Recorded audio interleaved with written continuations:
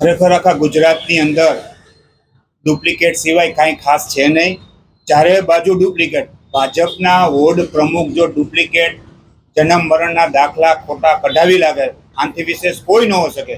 ખરેખર જે વોર્ડ પ્રમુખ બનવા માગે છે એના નીતિ નિયમ એને નક્કી કરેલા છે, એમાંય છેડછાડ કરવામાં આવી છે. એની સામે કડકમાં કડક પગલાં લેવા જોઈએ અને કોર્પોરેશનના જે અધિકારીએ જે જન્મનો દાખલો કાઢ્યો છે એની સામે પગલાં લેવા જોઈએ એવી અમારી માંગણી છે. ખરેખર આ ગંભીર બાબત છે. આખા ગુજરાતની અંદર બધું ડુપ્લિકેટ મળે છે. ખાવા પીવાનું ડુપ્લિકેટ, ટોલ નાકા ડુપ્લિકેટ, બધું ડુપ્લિકેટ. પણ આ તો ભાજપ મોટી મોટી વાતો કરે છે, એના પણ ડુપ્લિકેટ નીકળ્યું છે.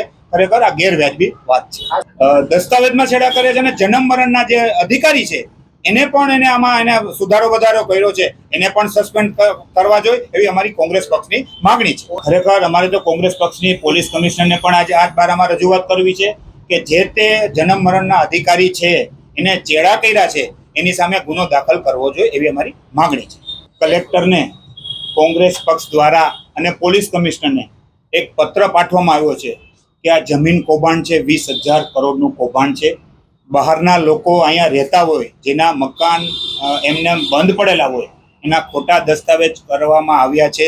એમાં જિલ્લા કલેક્ટરને પણ આ બારામાં રજૂઆત કરવામાં આવી છે અને જે કોમ્પ્યુટર ઓપરેટરે જે દસ્તાવેજમાં ગેરપૂર્વક કાનૂની જે ચેડા કર્યા છે એની સામે કડક પગલાં લેવામાં આવે. પણ આમાં તો ખાસ કરીને ભાજપના લોકો પણ આમાં સામેલ હોવા જોઈએ, તો જ એટલા મોટા કૌભાંડ થાય. ખરેખર આ ગેરવ્યાજબી વાત છે અને આની સામે કડકમાં કડક પગલાં લેવાય અમારી માંગણી છે. આમાં બધી જગ્યાએ ભાજપના જ નેતા સંડોવાયેલા છે, તો જ એવડા મોટા કૌભાંડ થાય.